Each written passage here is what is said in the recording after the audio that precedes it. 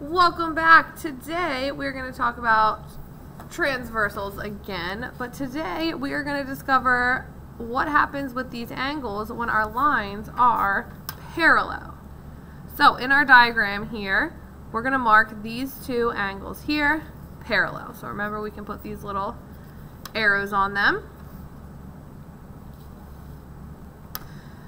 So, if two lines are being intersected by a transversal are parallel, then all of these angles are either congruent or supplementary. And remember, supplementary means they add to 180 degrees. So one or the other. So let's take a look at them. Corresponding angles. So one set of corresponding angles would be angle 2 and angle 6. Those are both acute angles. Think about, could we have two acute angles that add up to 180? No, right? Because they're both under 90 degrees. So these are congruent. So corresponding angles are congruent.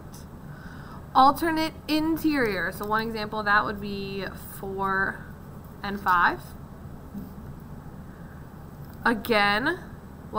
Sorry. 4 and 5 this time are both obtuse. So they're both greater than 90 degrees. There's no way they can add up to 180.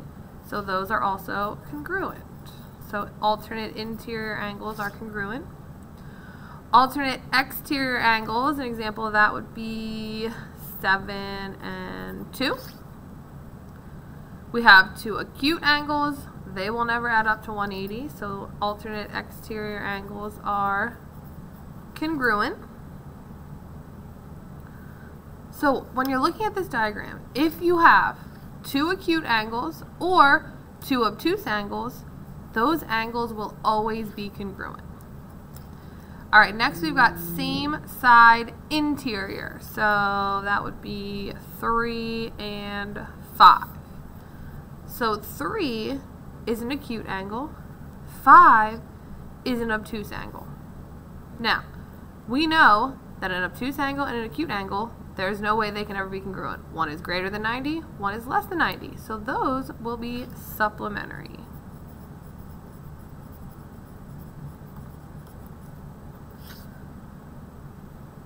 Next, we've got same side exterior. So we could say 2 and 8. Again, we've got one acute, one obtuse. They'll never be congruent, so they are supplementary.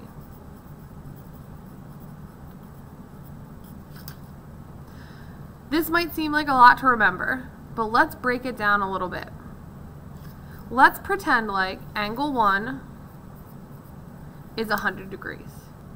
If I give you one angle measure, you can figure out all the rest. All you need is one. So let's take a look at what that would look like.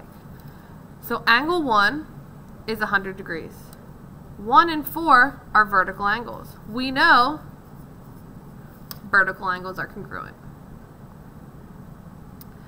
Next, let's look at angle 4 and angle 6. Those are same side interior angles. So same side interior are supplementary. So we take 180 minus 100.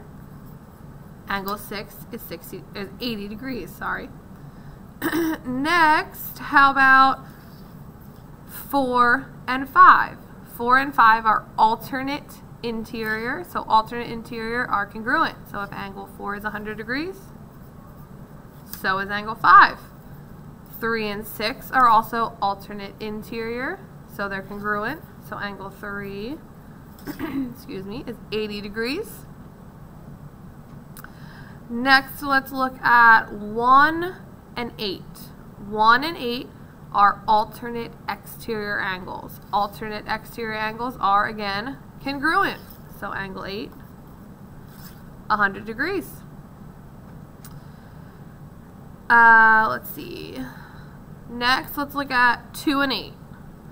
2 and 8 are same side exterior. Same side exterior, supplementary. So if 8 is 100, 2 is 80. And lastly, let's look at 2 and 7. 2 and 7 are alternate exterior, so they're congruent. Look at that. We know the measure of all of those angles.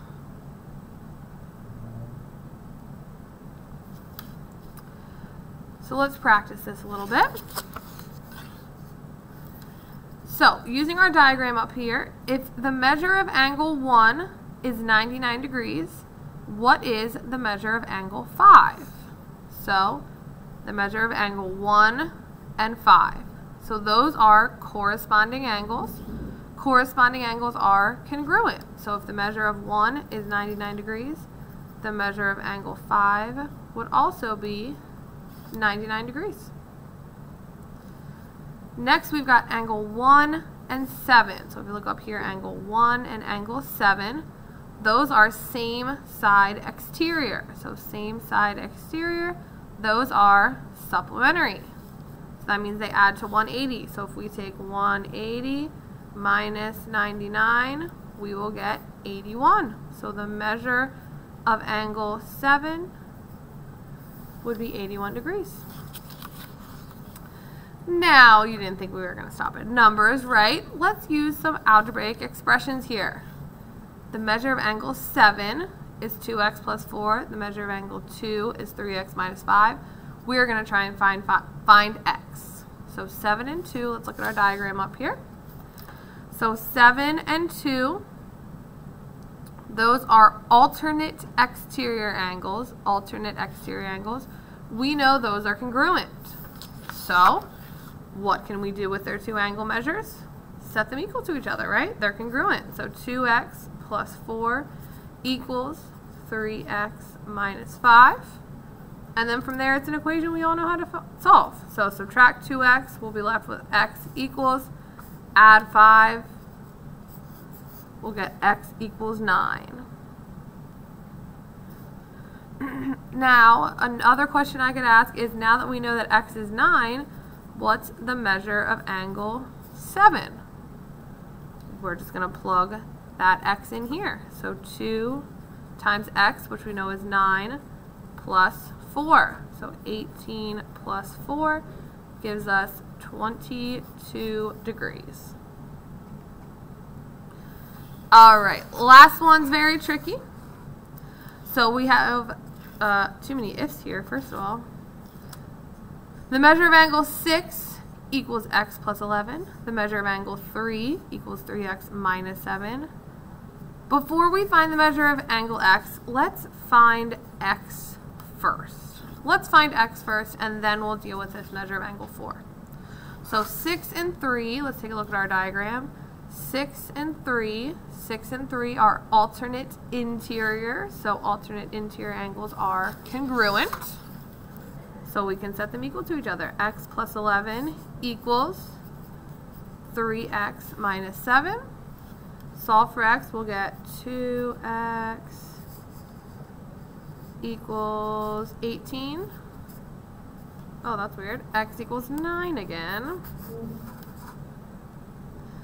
Alright, so now we have x. Now we want to find the measure of angle 4. So angle 4 is right here. We know 6 and 3, right?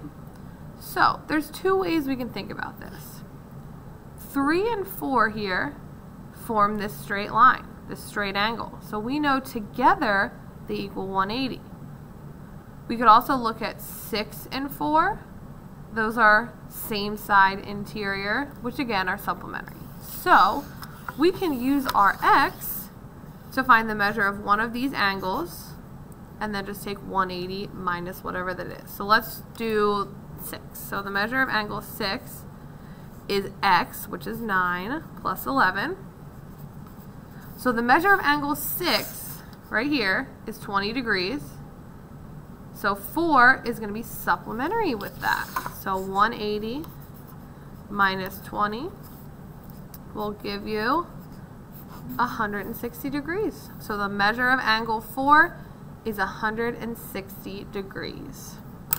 Alrighty folks, that's it for today. I will see you in my next video.